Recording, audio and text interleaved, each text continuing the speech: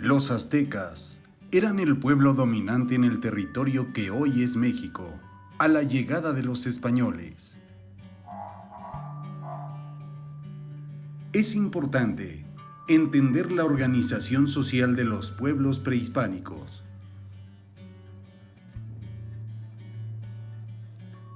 Estas sociedades tenían un modo de producción asiático, nominado así por Carlos Marx, y que se encuentra en sociedades asiáticas antiguas, como la China, la India, la egipcia y la Persia.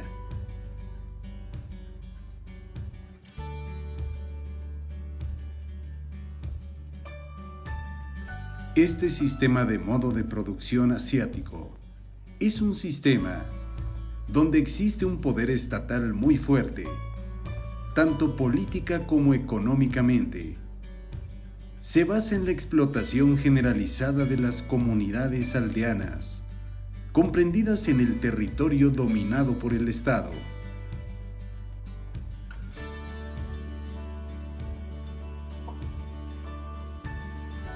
Esta explotación se realiza por medio de la extracción de excedentes de la producción aldeana a través de un tributo en especie o en trabajo. El modo de producción tributario será la continuación más directa de la comunidad tribal o comunismo primitivo, donde no existe propiedad privada de los medios de producción.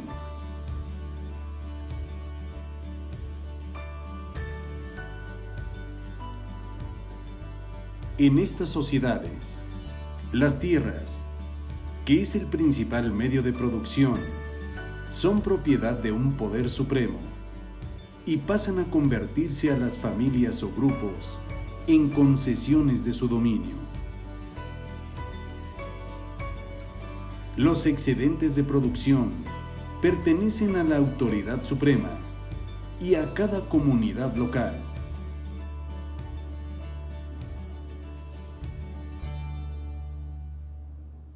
Por lo que se refiere al régimen político, se encuentra sometido a la autoridad de un déspota.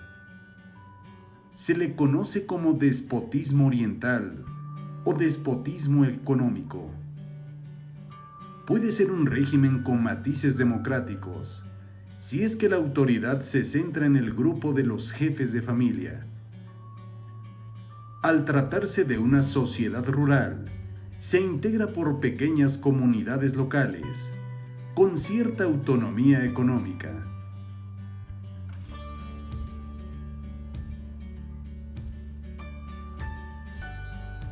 El desarrollo de las ciudades será al amparo del comercio exterior, o bien, en el caso de que los jefes utilicen el excedente de la producción, darán trabajo a mano de obra.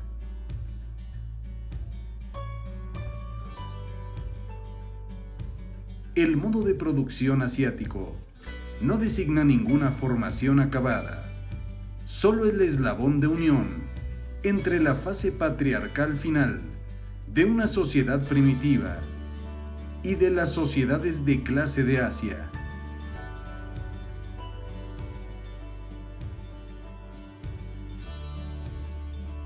Las comunidades se reunían para realizar de manera forzada el trabajo, utilizando una masa de fuerzas, en forma de una gran cooperación que representaba más de la simple suma de todos los esfuerzos individuales. Sus resultados se sustraían a cualquier aprovechamiento particular. Por tanto, solo pueden ser objeto de una apropiación conjunta. Las condiciones de vida de los hombres ponen en manos de la sociedad medios extraordinarios de poder para disciplinar a sus miembros.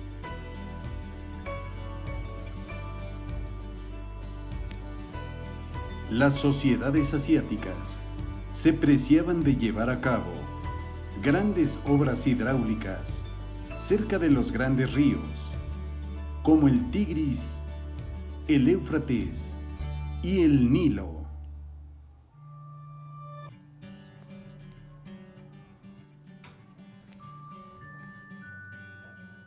El Estado asiático se caracteriza por un poder de función que surge de la necesidad misma de la vida tribal y comunitaria, su necesidad de autodefensa, de control de la sociedad, de regular la producción, de almacenar y distribuir los productos en épocas de sequía, entre otras.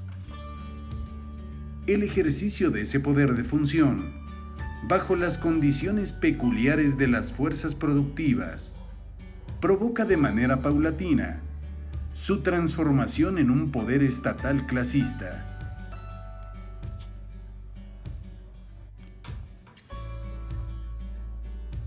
El modo de producción tributario surgirá en sociedades donde el desequilibrio interno, en el crecimiento de las fuerzas productivas, ocasiona un desarrollo del aparato estatal como unidad política y económica de un vasto conjunto de comunidades aldeanas, las cuales, de manera aislada, se encuentran regidas por relaciones de producción primitiva.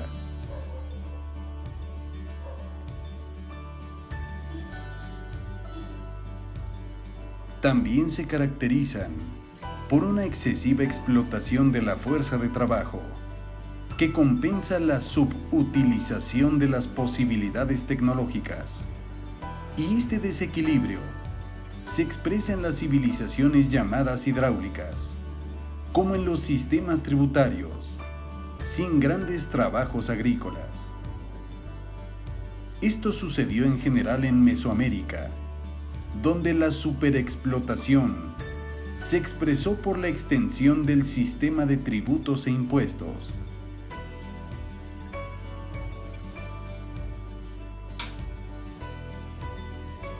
El tributo es la clave de la estructura, ya que el trabajo empleado en las obras es una forma de pagar los impuestos de las comunidades.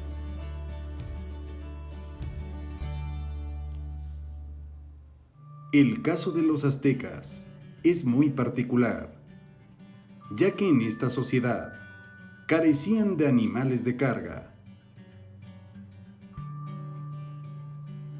En las comunidades existía un mago o curandero, y al hacerse más compleja la sociedad, surgió una corporación sacerdotal organizada de manera jerárquica dentro del templo, que desarrolla los planes de los dioses para su pueblo y administra su riqueza.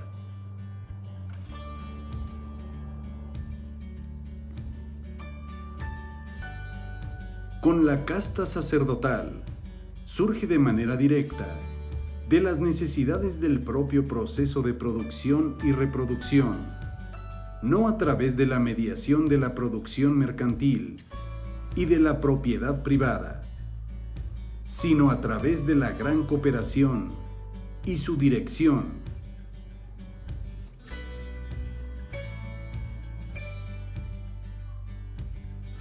Conforme fueron creciendo las ciudades, aumentó la riqueza generadora de codicia y también la importancia del jefe de guerra y la organización militar.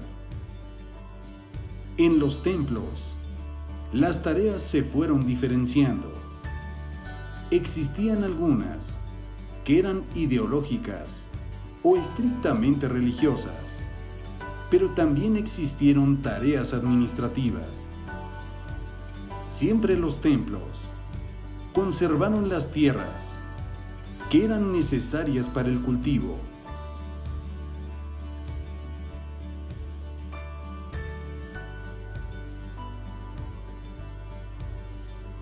La nobleza desempeñó principalmente tareas administrativas y militares. También surgió el emperador, rey o déspota, que a menudo es además el sumo sacerdote. En su persona se encontraban dos ramas de que ahora se componía la clase dominante: la jerarquía de los sacerdotes y la de los funcionarios, es decir, eran ideólogos y burócratas civiles y militares.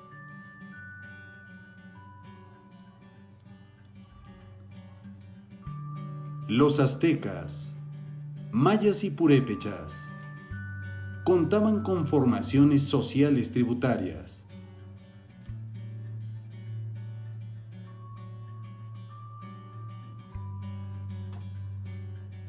¿A través de qué formas conocimos el antiguo derecho de los pueblos prehispánicos? A través de testimonios documentales relativos a los pueblos del México prehispánico, antes de la llegada de los españoles y durante la colonia.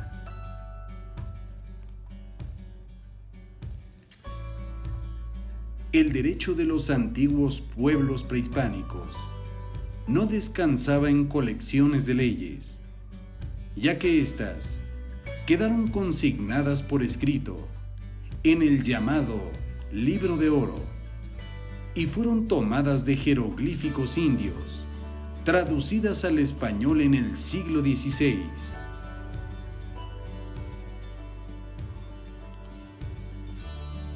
Este arduo trabajo se le debe a Fray Andrés Alcobiz.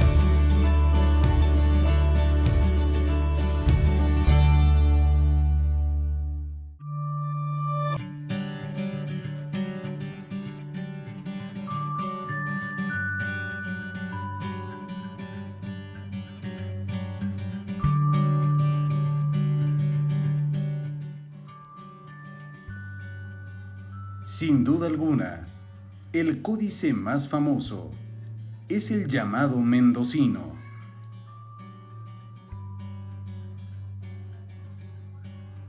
Este códice fue mandado elaborar por el virrey Antonio de Mendoza.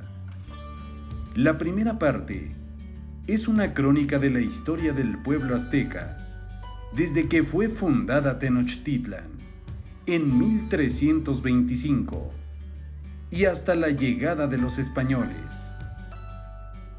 La segunda parte da cuenta de los tributos que se pagaban al Tlatoani, detallando monto y calidad de estos, e informando sobre los pueblos tributarios y sus recursos. Y la tercera y última parte describe con lujo de detalle las costumbres del pueblo azteca.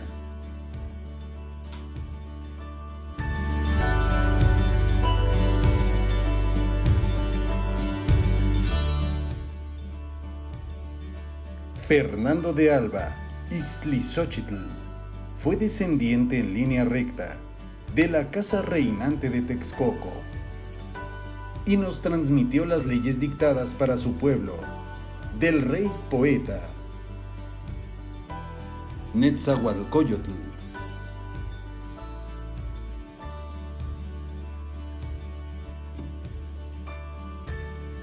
También existieron un gran número de historiadores indios, entre los más importantes, el noble mexica Hernando de Alvarado Tezosomoc.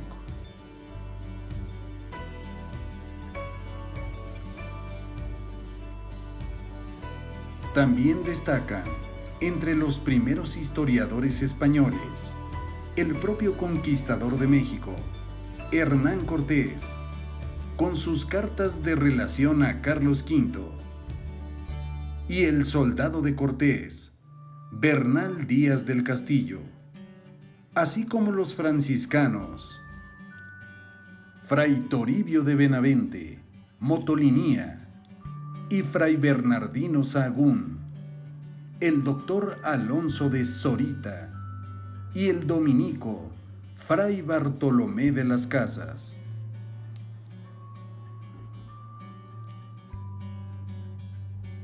También a través de fuentes arqueológicas y de los objetos encontrados, pertenecientes a los antiguos pueblos indios, se pueden conocer también sus costumbres, y entre ellas las costumbres jurídicas.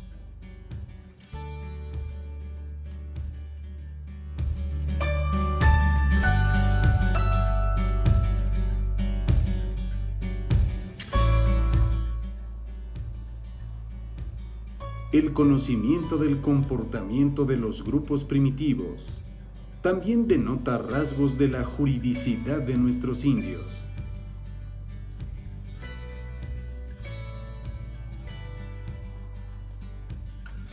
Es importante destacar que los pueblos indios actuales, al conservar en gran parte la sociedad comunitaria, también preservan rasgos del derecho precortesiano, por lo que conociendo el derecho indio actual, se puede acceder al conocimiento de la juridicidad indígena antigua.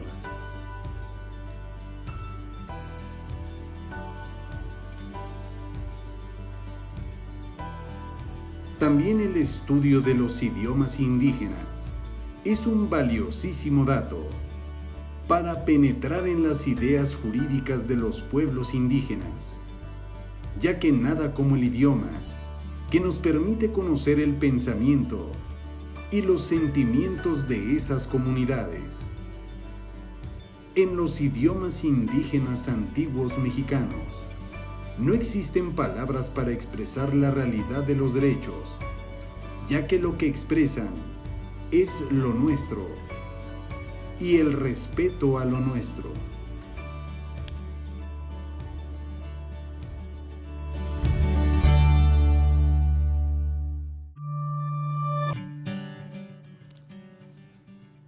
Hoy en día se sabe poco del derecho de los mayas, pero esta civilización tuvo su esplendor en los llamados Viejo Imperio, entre los siglos IV y X después de Cristo, y Nuevo Imperio, de los años 975 al 1200 después de Cristo.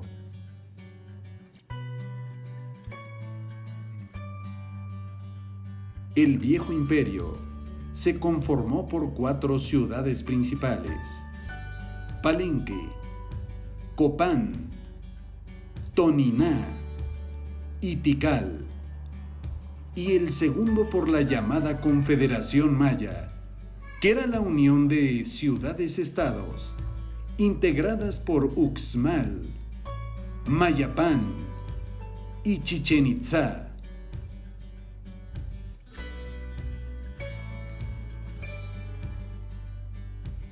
Los mayas fueron una sociedad que en sus comienzos se encontraba fuertemente influenciada por lazos familiares, en forma de clanes totémicos.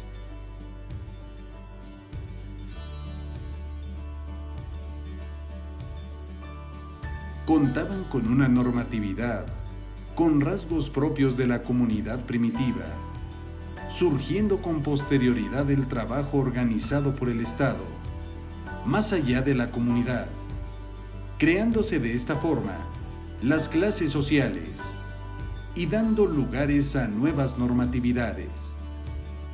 El derecho maya es consuetudinario y se transmite en forma oral.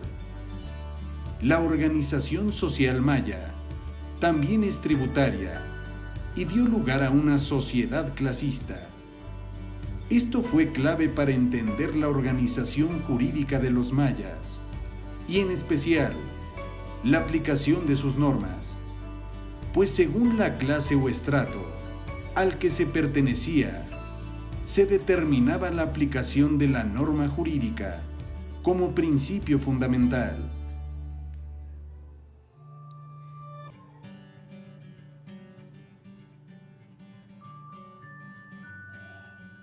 Eran 4 las principales clases sociales en los mayas: los nobles, los sacerdotes, los plebeyos y los esclavos. Los nobles, como toda sociedad tributaria, eran la clase dominante y vivían precisamente del tributo de las comunidades. Estaban exentos de tributar y poseían grandes extensiones de tierra. Esta clase se constituyó en primer lugar por las autoridades y el aparato burocrático. También existían otras personas que recibían ciertas prerrogativas del poder supremo, como el caso de los comerciantes.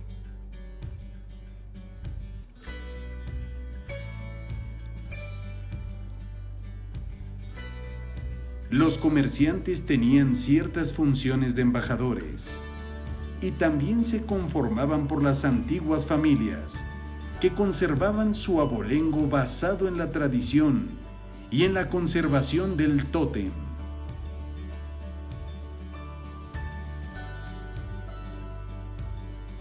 En el caso de los sacerdotes, estos intervenían y decidían en los órdenes político, económico y religioso. Vivían también del tributo del pueblo, pero no contaban con propiedades ni esclavos, y también contaban con un orden jerárquico.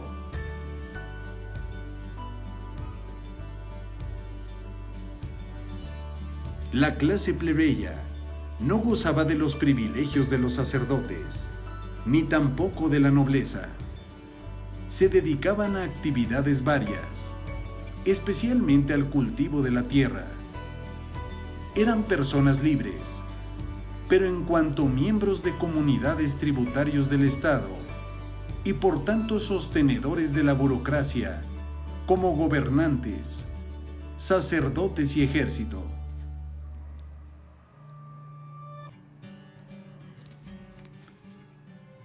Y tenemos por último a los esclavos, que no tenían libertad y se encontraban sometidos a la potestad de sus dueños.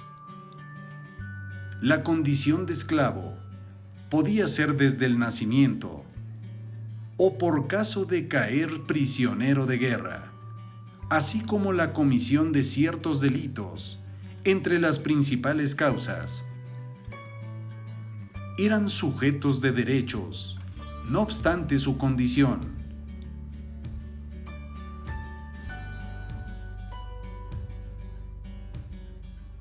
El punto más elevado de la civilización maya se dio con la confederación de las ciudades-estado de Chichén Itzá, Uxmal y Mayapán, que eran gobernadas cada una por una monarquía absoluta. Su estructura estatal estaba constituida de este modo, y el gobierno se consideraba de naturaleza sagrada.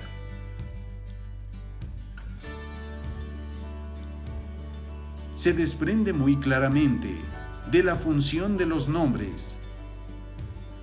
Estos no incluían patronímicos, y su función no era recordar o memorizar lazos de parentesco con los antepasados.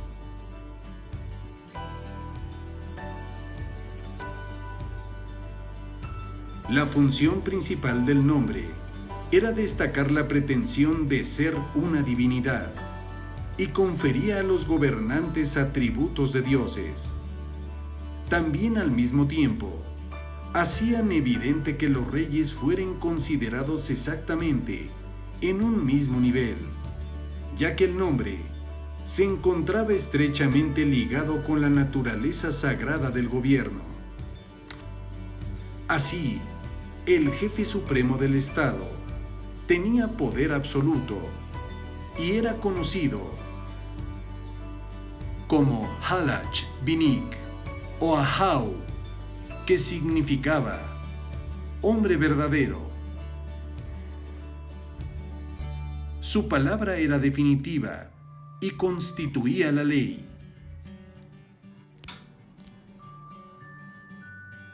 El centro del poder de cada estado se encontraba conformado por un monarca que portaba el título de Kuhul Ahau o Rey Divino. Ahau significaba el de la voz potente o voz de mando, y el poder en los estados mayas, por la cercanía especial con los dioses, operaba de la siguiente manera. El rey maya disponía de este poder a pesar de la ausencia de un aparato estatal, propiamente dicho, con sus instalaciones burocrático-administrativas. No existía un ejército profesional, ni tampoco un aparato administrativo, ni instituciones estatales. Pero dada la pequeñez del Estado maya, fue sorprendentemente estable durante el período clásico y durante mucho tiempo sus carismáticos soberanos definieron el núcleo duro de la organización política maya.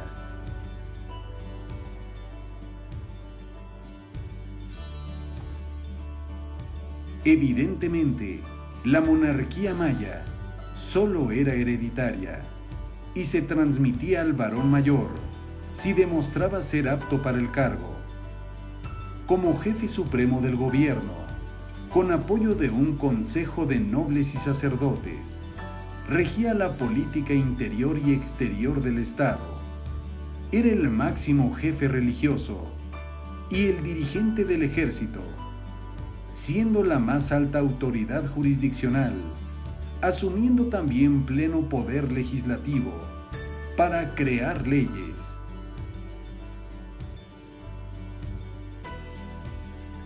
El Ahau nombraba a los Batab, que eran autoridades o jefes de aldeas pertenecientes a la ciudad-estado.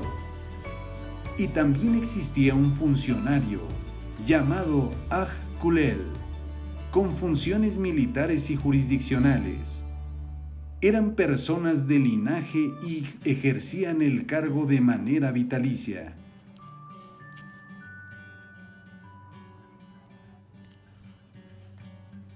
También se encontraba el Nacom, que era un noble, jefe militar elegido por 3 años, que gozaba de enorme prestigio y poder. Entre las personas existían libres y esclavos. Los libres eran nobles, sacerdotes y plebeyos, y los esclavos también podían gozar de ciertos derechos.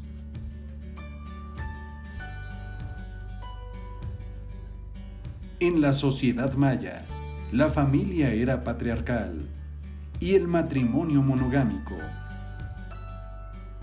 El régimen patrimonial era el de sociedad conyugal y la unión matrimonial se celebraba entre sacerdotes.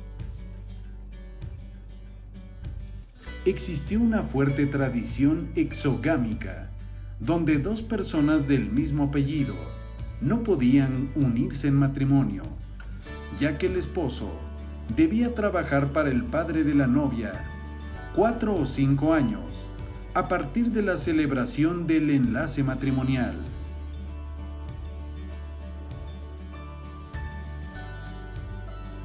El divorcio se aceptaba, pero el que se daba con la simple separación de los cónyuges, sin que existiera declaración judicial.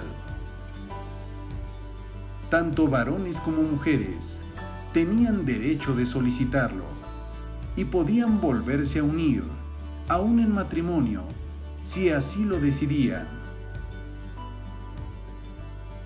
Eran causas importantes para divorcio la infertilidad y la infidelidad. Los divorciados se encontraban en aptitud de contraer nuevas nupcias.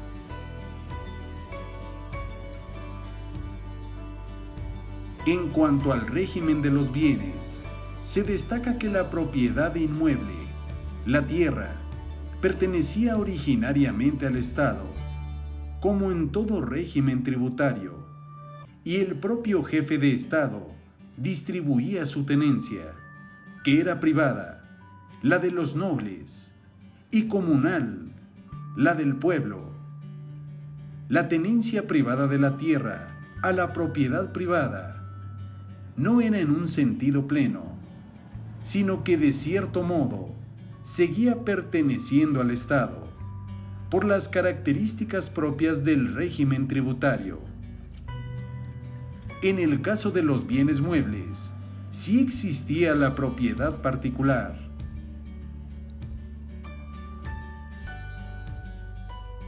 Y hablando del derecho sucesorio, los mayas solo conocieron la sucesión legítima, donde las mujeres se encontraban excluidas.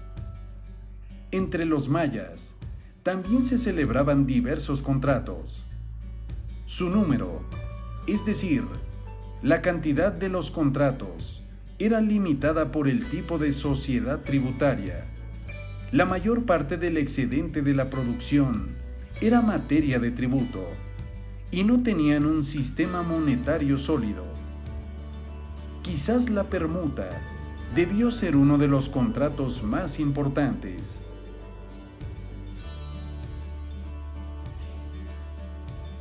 Existían dos tipos de comercio: el interno, que se practicaba en los mercados, y el comercio externo, que era llevado a cabo por los embajadores.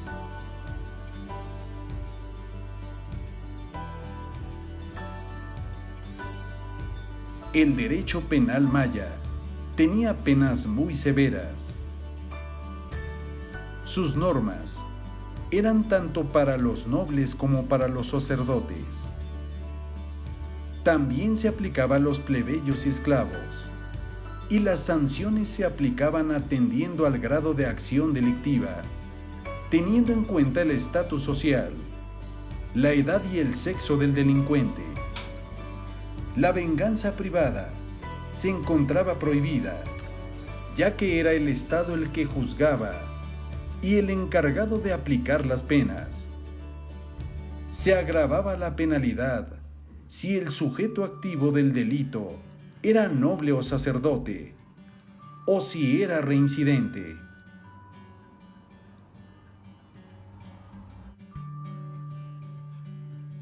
La traición al Estado, la profanación de los templos, el estupro, la violación, el adulterio, que se podía cometer tanto por varones como por mujeres, el homicidio, el robo, el daño en propiedad ajena, que era agravado si se cometía por medio de incendio, las injurias o la difamación, entre otras, eran los actos delictivos más graves.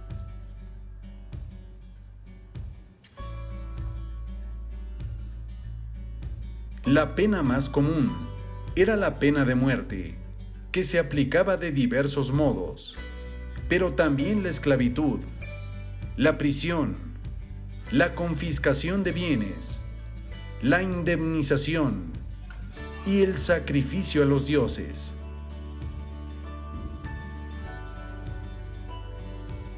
El Halach Binik era la máxima autoridad judicial y los tribunales administraban justicia en su nombre. Existían tribunales reales y también provinciales, y lo mismo conocían de causas civiles como penales. Además existían tribunales de comercio que funcionaban en los mercados y que se integraban por un juez llamado Holpop. El tupil auxiliaba la administración de justicia y era una especie de policía que ejecutaba órdenes de los jueces y buscaba pruebas. Era prerrogativa de los jueces recibir regalos de ambas partes, como costas judiciales.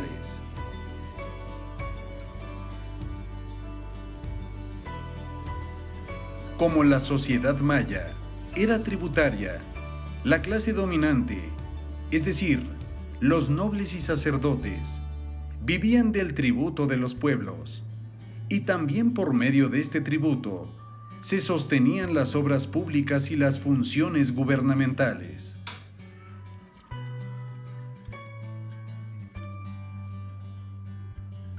Parte de los tributos se destinaban a gastos de beneficencia pública para lisiados, mancos, ciegos y otros incapacitados, que eran mantenidos con el producto de los tributos.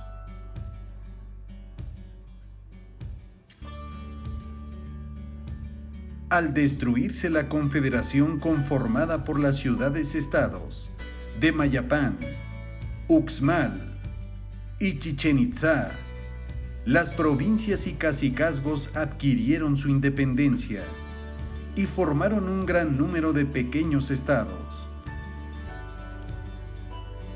Así permanecieron hasta la llegada de los españoles, conservando la misma forma administrativa de gobierno que los estados mayores.